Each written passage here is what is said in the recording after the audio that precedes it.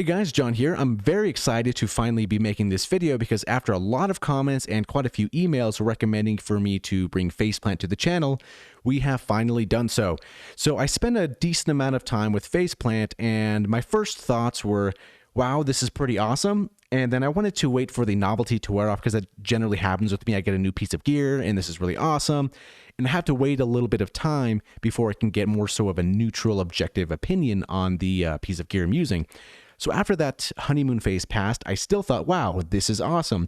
And for a couple different reasons. So when I first opened this up, the first thing I really saw were these 8 macros at the top. And I was like, holy cow, that's pretty cool because I find myself almost using all the macros and I have to sacrifice a few different effects or what I would have put on a macro for something else that took priority. And that kind of sucks because that makes the patch a little bit less workable. So having 8 macros is pretty cool.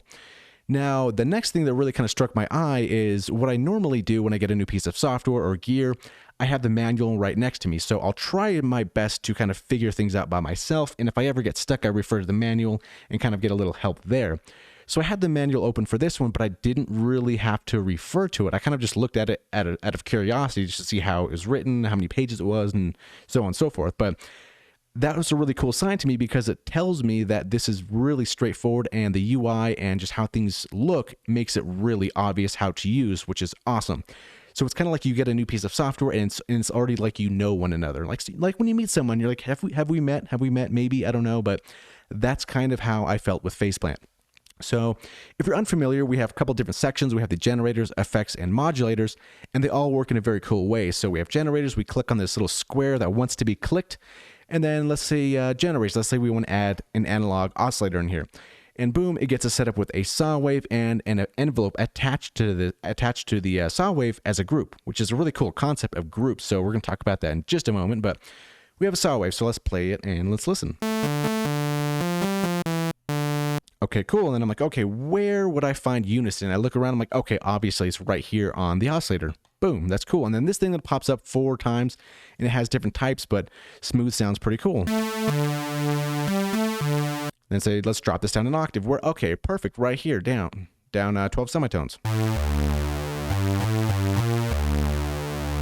And we have our attack, decay, sustain, release. We can move these with our mouse and then also move these with this node here. I kind of think that's nice because sometimes it's cool to kind of move these by feel as opposed to just looking at a value. And I particularly like that with this oscillator, with this group here, we can pan this left and right. A subtle detail, but a very important one, I find. And now this moves us to, I guess, groups, right? So we can add something down here if we want to keep this with this group, or if we go a little further, we can add a whole another analog oscillator with its own envelope down here. So already right there, I was like, holy cow, the unhandcuffed restricted workflow is amazing for this type of synthesizer.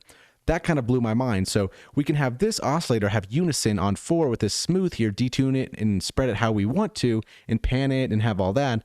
But also down here, we can do something entirely different. And that's just with the analog oscillator. So the possibilities are pretty crazy. And if you kind of wanted to mute this group, you can just click that, turn it off, turn it on, or just get rid of it entirely. Which brings us to the next spot, this lanes here. I thought that's a very, very cool concept. So we have this oscillator, we follow this signal flow, and then this arrow is pointing over to this lane, which is lane number 1. So we go to lane number 1, and let's add something basic like a delay, right?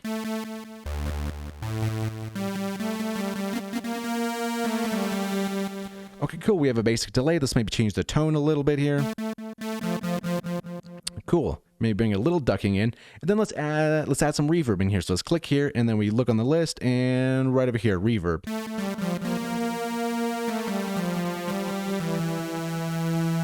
Perfect. Now let's say we want to add a filter, so let's add a filter down over here. And then we click filter, and then boom.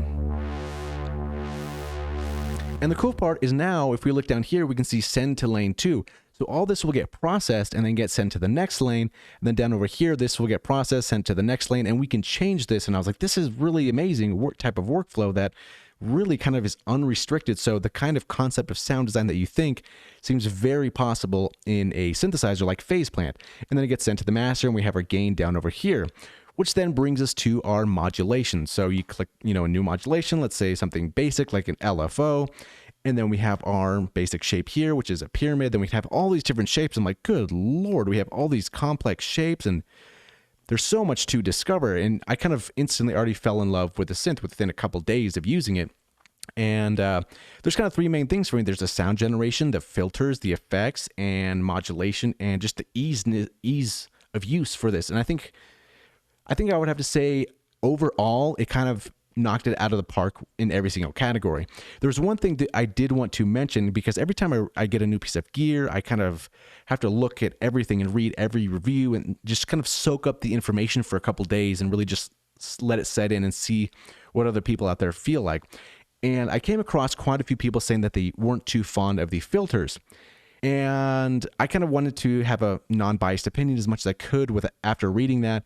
And I didn't really find that that was the case. I kind of feel like when people say, I don't like these filters, I kind of think that necessarily means that they don't like maybe this certain type of filter, or they're more biased towards a different kind. So for example, the ladder filter was kind of similar in the Mini Moog. A lot of people love that filter. It's not my personal favorite, but I wouldn't necessarily say it's a bad filter or it's a weak filter. I would just say it's not necessarily my preference. So with that being said, I think that's kind of maybe the thought process of that. If you have a different opinion, please let me know why you don't like it or why you do like it. I would really like to see what you think about that. So that's kind of really the only thing that kind of stuck out to me. I kind of liked the sound of these filters. They didn't bother me that they sounded bad or anything like that.